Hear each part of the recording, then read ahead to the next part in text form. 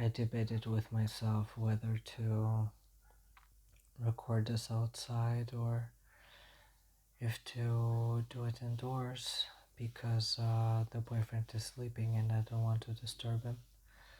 So I've decided to use our earphones with the mic so I won't have to raise my voice for you to hear me. And I closed the door to my room so it will muffle the sound even more. This video is going to discuss some serious topics regarding addiction and substance abuse. So if you're not okay with those subjects, if those are triggers for you, if those, I don't know, if you just don't want to hear about any of that, then just click off just now, giving you a fair warning. Alright, so this notebook is a notebook we use for important things. Notes, addresses, passwords, work related things, reminders, like all that kind of crap, and vlog ideas. And one of us wrote down, where is it? Where is it?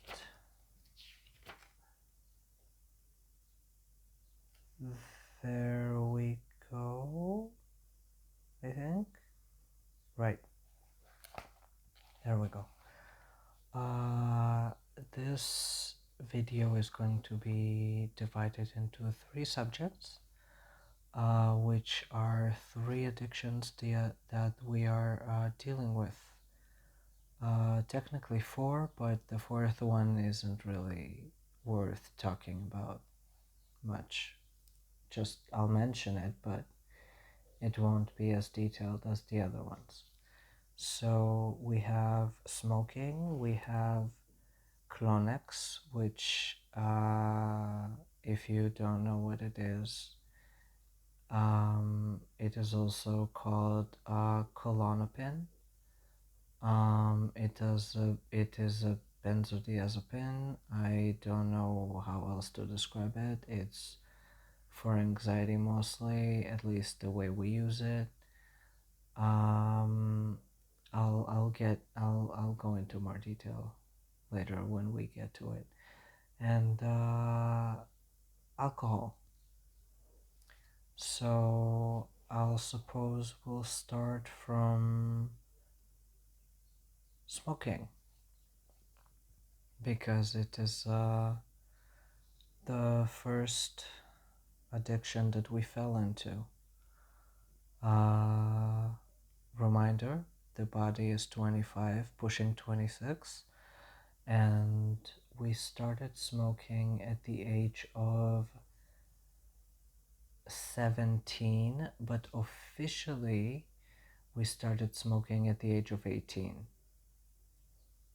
Like, our first pack, which was our own,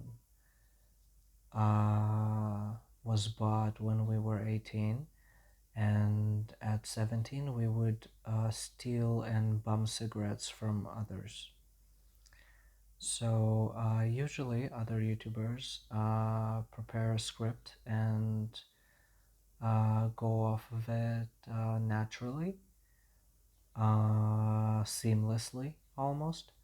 But we aren't other YouTubers and we have trouble doing that, so I have a list. I'm going to go by the list. So the first bullet point is about Gloria. Gloria is our core, and the bullet point says Gloria swearing never to smoke or drink or do drugs, and us breaking that vow when she went dormant. which is the truth. She went dormant. I'm sorry, the right earphone keeps falling off. Um, when she went dormant at age 14, we just said fuck it and fell into those habits. We started smoking regardless of what she wanted, and we would bum cigarettes, we would steal cigarettes, we basically didn't care. We were like, okay, so she's dormant, then whatever, she's not here to tell us what to do, so we just did it. Um, what else? I wanted to say something else about that. Uh, at that point, I guess we also just didn't care about our body too much. We were at a desperate point where we were looking for anything that would potentially help us feel better. So smoking was one of those things, and look where it got us now. We'll get into that later. The next bullet point says us wanting to fit in with the smokers at psych and smoking to spite our mother, plus Emiya smoking to be in character. Now, these are several points compressed into one bullet point, so we'll start one by one. Us wanting to fit in with the smokers at psych. We were hospitalized at age 17 for the first time, and it was a 6-month long hospitalization. We slept at the ward, we ate at the ward, we basically lived there, and there was a crowd of smokers. And naturally, we didn't have any friends, we didn't have any clique to belong to, so we excuse me, we decided to fit in with the smokers, and we bumped cigarettes from them, and we sat with them during breaks, and we felt like if we smoked with them, we would be part of their group, which was again a desperate attempt to feel better, but the relief was only temporary, and the long-term effects of smoking weren't worth it. I can tell you now. This was 8 years ago. The next point is smoking to spite our mother. Right, so our mother was one of those people. She's a very classic Russian, Soviet,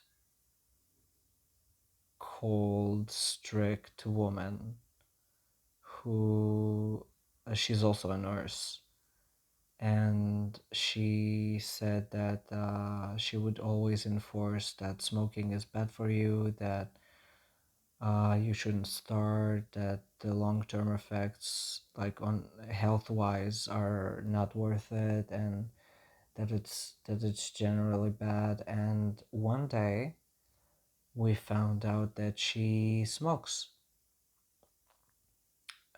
She hid it very badly.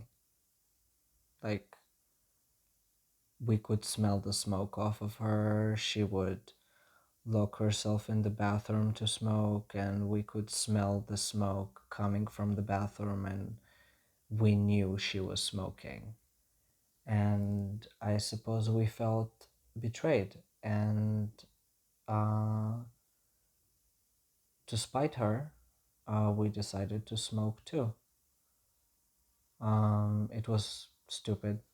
It was really stupid, but we were 16, 17 at the time. So 16, 17-year-olds don't really make smart decisions, you know?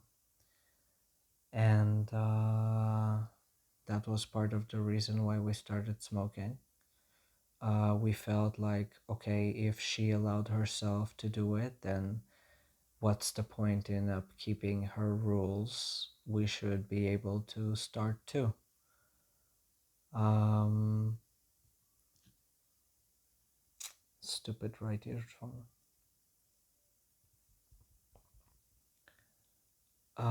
So we started. Uh, she didn't say anything about it. I wouldn't say she supported it, but she didn't really say anything about it. I guess she just saw it coming. Who knew? The next point is Emiya smoking to be in character. Emiya, if you don't know him, Kiritsugu Emiya from Fate Zero, he is a heavy smoker.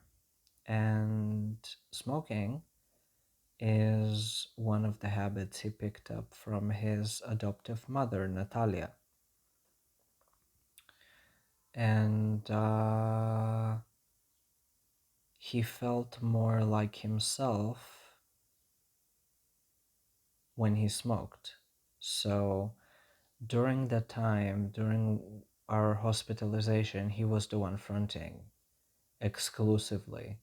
He fronted for 3 years without switching, and during our time hospitalized, he was the one fronting, and he decided that, you know what, to feel like myself, to feel grounded, to feel more in character, I'm going to start smoking. And he did. That's all I have to say on the subject. The next bullet point is smoking as a stress response and to suppress hunger. Okay, so smoking as a stress response began, I don't know when it began. It just happened. Um Whenever something bad happened, we smoked. Whenever we had a panic attack, we smoked. Whenever we needed a moment for ourselves, we smoked. And slowly it slowly became a habit that whenever something bad happens, we go outside and smoke. And it's cemented, like we Pavloved ourselves to associate stress with smoking. And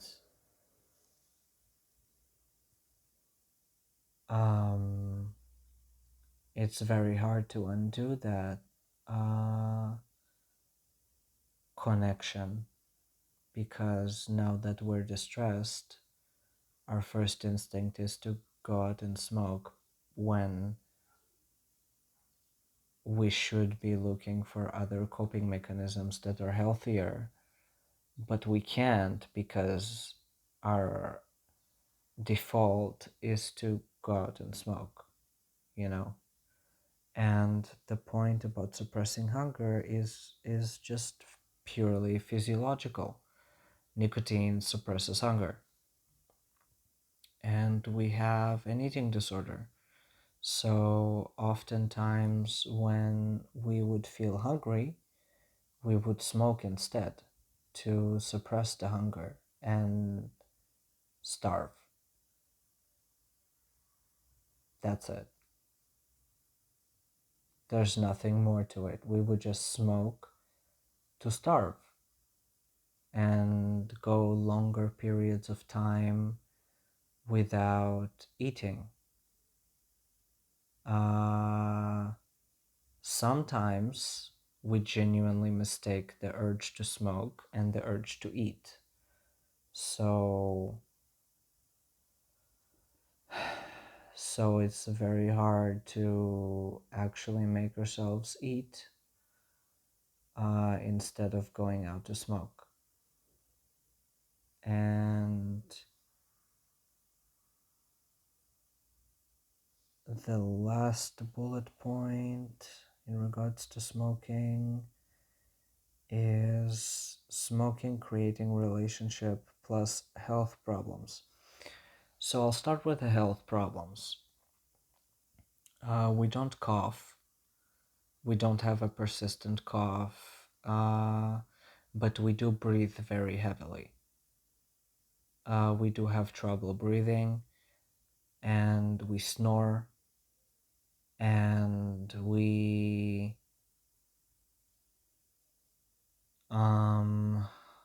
I really don't know the other health complications that smoking has, but it's affecting our health slowly. We've been smoking for 8 years, and it's not beneficial for our body at all. And that's why we want to quit as early as possible. And as for the relationship problems, well, smoking, like the smell of smoke, really bothers our partner, and they are extremely worried that they will lose us early because of health complications relating to smoking. And by lose us early, I mean that we will die. Cancer and stuff. So, because that shit is very unexpected and very sudden and very real. So, we not only want to quit for our sake, but also for their sake and for the sake of the relationship. Because what good is it going to do if it damages not only us, but also our relationship with our partner? You know?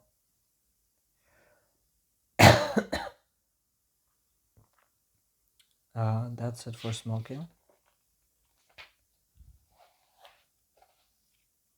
Um,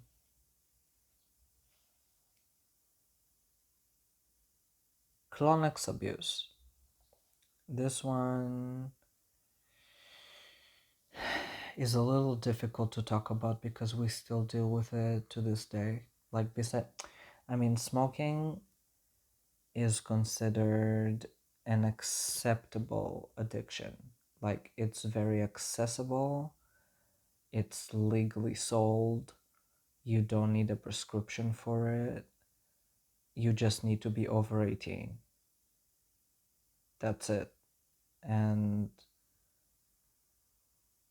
Clonix, on the other hand, is a doctor prescribed medication for anxiety. And it's addictive. And we became dependent on it. I wouldn't say addicted. We call ourselves addicts because we act like addicts, but we lack the physical aspect of the addiction, and it's purely psychological for us. So while we refer to ourselves as a Clonix addict, what we really mean is that we are psychologically dependent on Clonix to get by. Now that we got that out of the way, there are a few bullet points written here. Let me preface this by saying that we get,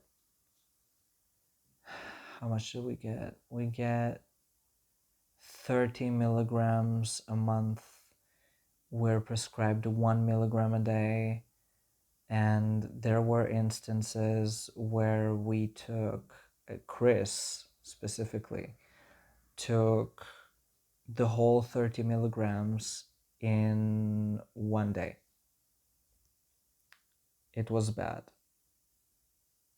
It was bad. It's always Chris. And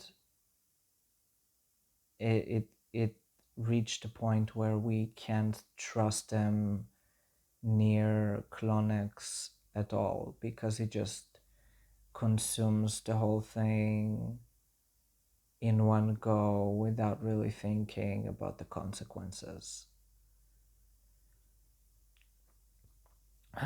So, without further ado, let's move to the first bullet point.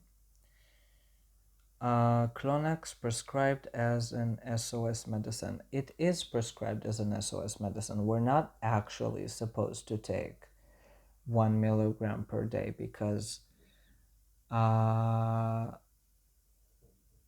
body develops tolerance to the medicine. And if we take 1 milligram per day, eventually it will stop working, right? And we are supposed to take it as needed for panic attacks and such. Stupid earphones.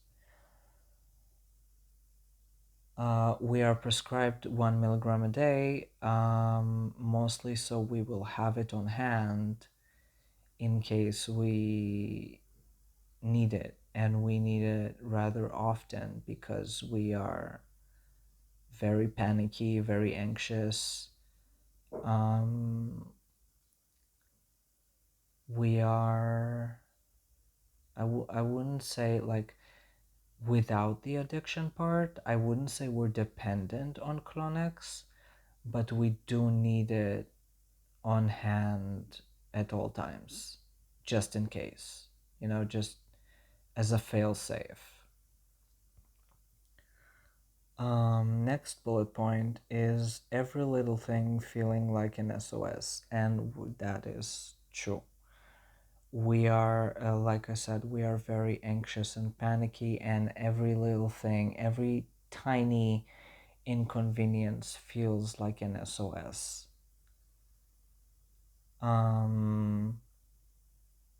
We feel just a little bit of anxiety and we already feel like we need to take Clonex.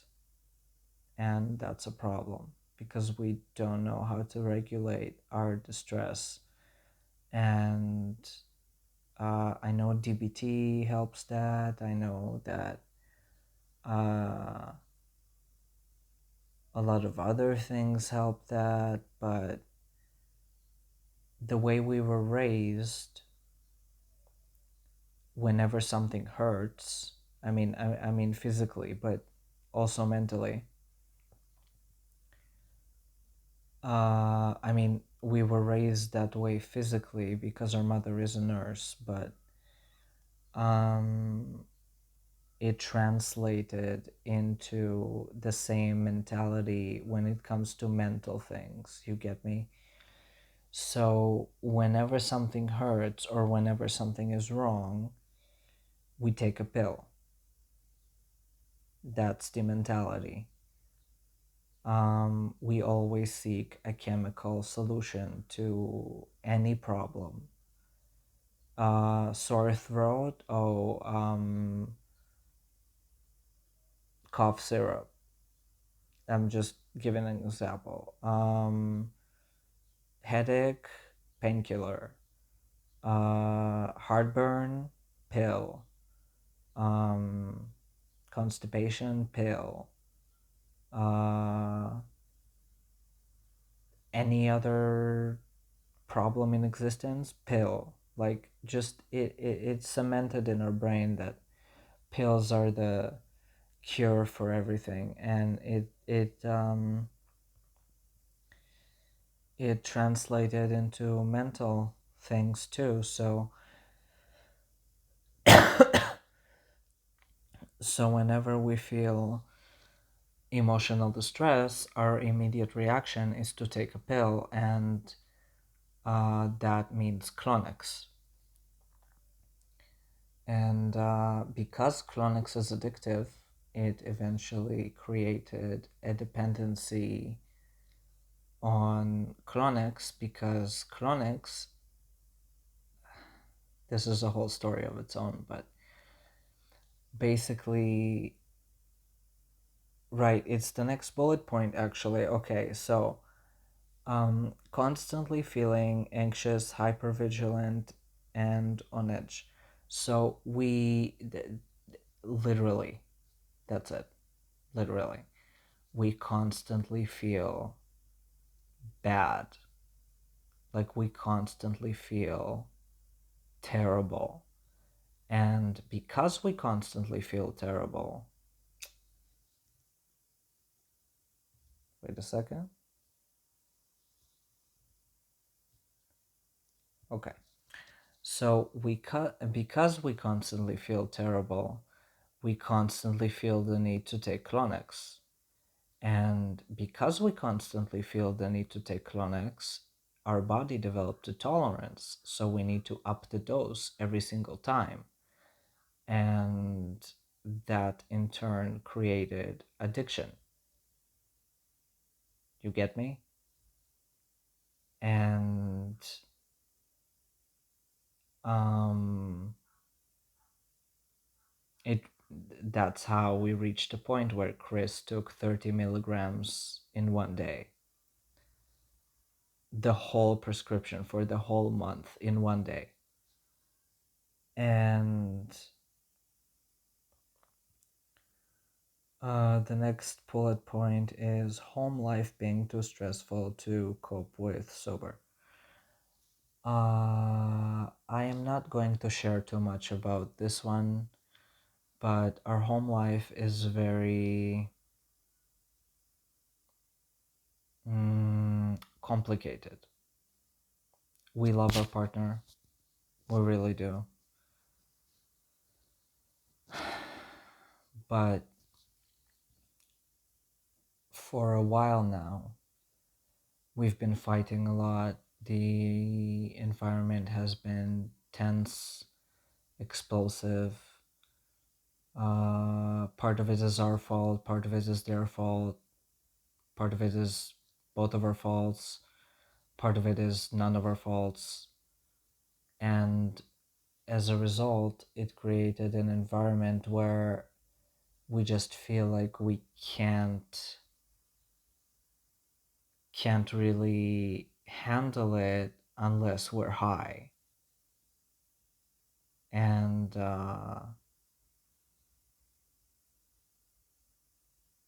if we're sober, we're just in pain. Like, simple as that.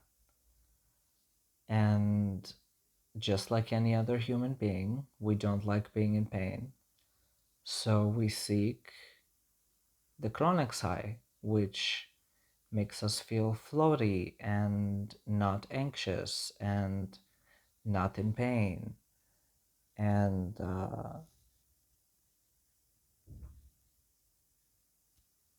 for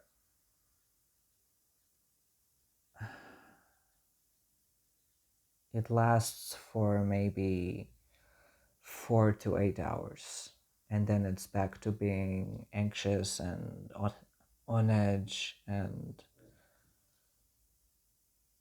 terrified, like terrified of the next fight, next explosion, next anything. And that's where the Clonix addiction comes from.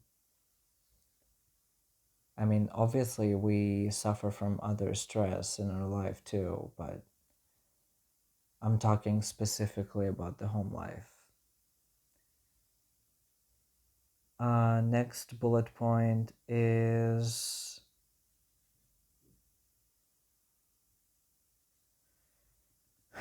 I'm not sure if I want to read this one.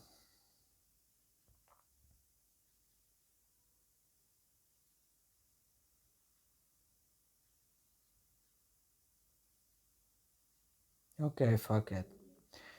Lying and manipulating uh, to get our fix, prioritizing Clonics over everything else, getting high at inappropriate situations. At some point, instead of just coping with distress, we started chasing the high for the sake of chasing the high. And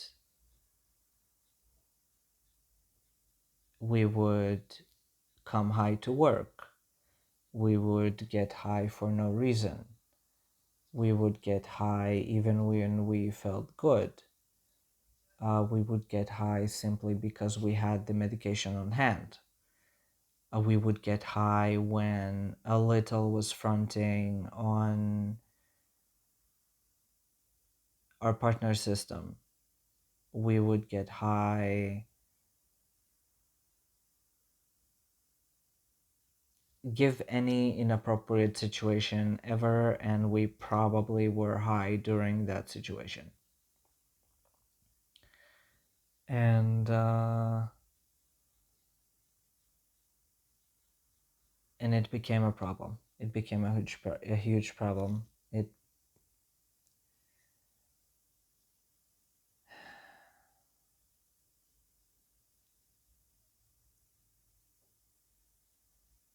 I can't say I feel guilty.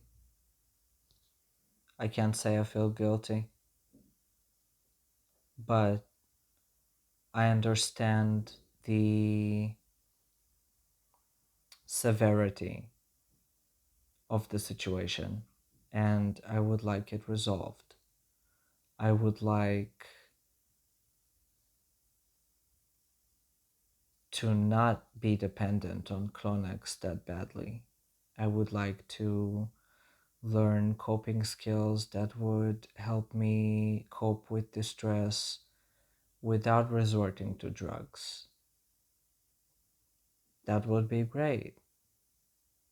That would prevent a lot of drama. That would help us in the long run. That would help our relationship in the long run. That would solve a lot of things. And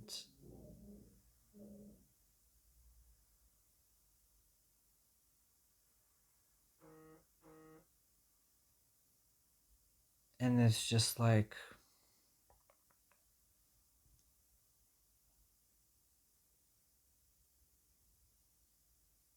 I do what I do to survive. This is what I currently feel like I need to do to survive. And I would I would like to live instead of survive, you know? Or at least survive in different ways.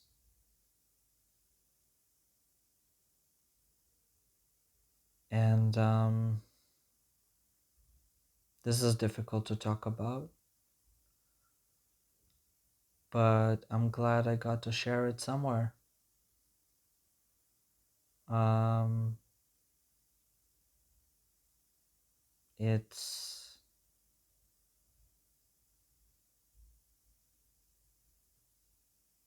maybe some of you can relate. If you can, then comment below.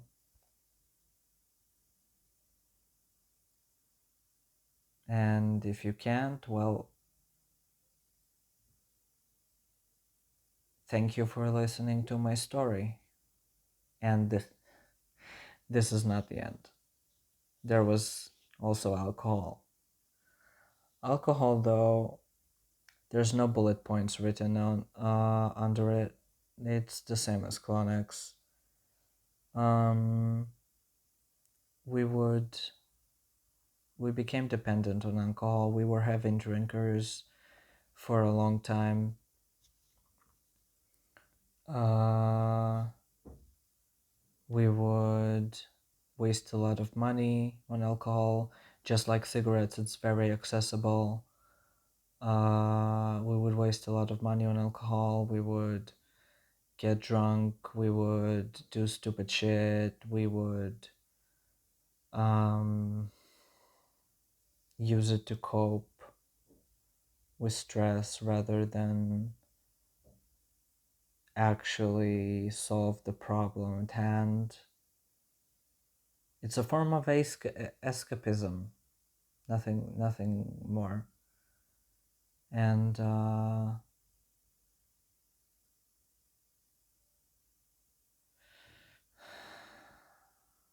we quit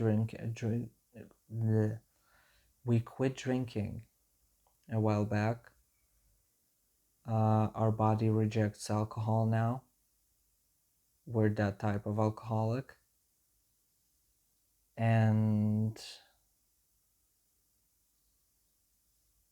we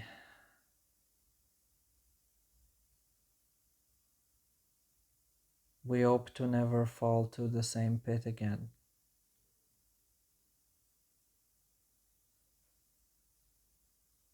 And another problem that is highlighted actually beneath the alcohol. Speaking of alcohol, we would like drink in secret. We would buy bottles behind our partner's back. We would what else? We would day drink. We would come drunk to work, like the lot, you know, that type of shit. But like, yeah, highlighted beneath the alcohol is replacing one addiction with another when trying to quit one, always needing a chemical crutch, which is something we struggle with a lot right now because we're trying to quit cigarettes and Chronics at the same time. And we find ourselves drinking a lot of caffeine. Now, caffeine compared to everything else is a cakewalk, but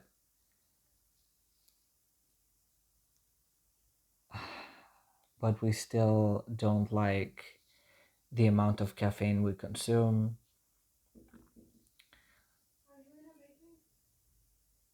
Wait a second. Sorry, the partner woke up, asked me if I'm in a meeting, because I was talking and everything. Anyway, we don't like the amount of caffeine we consume. It feels like a lot, and we want to lower it and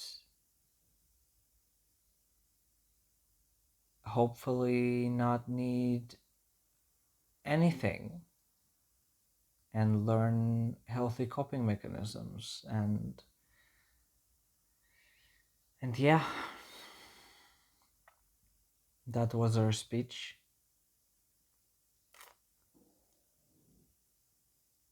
And I don't know how to wrap this up. I'm sorry. I'm really bad at this.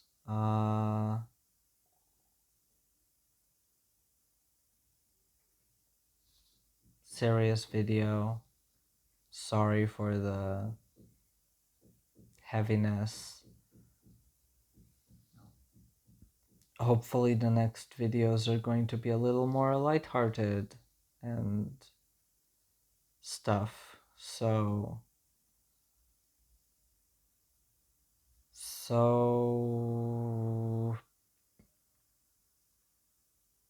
let's see if I forgot something.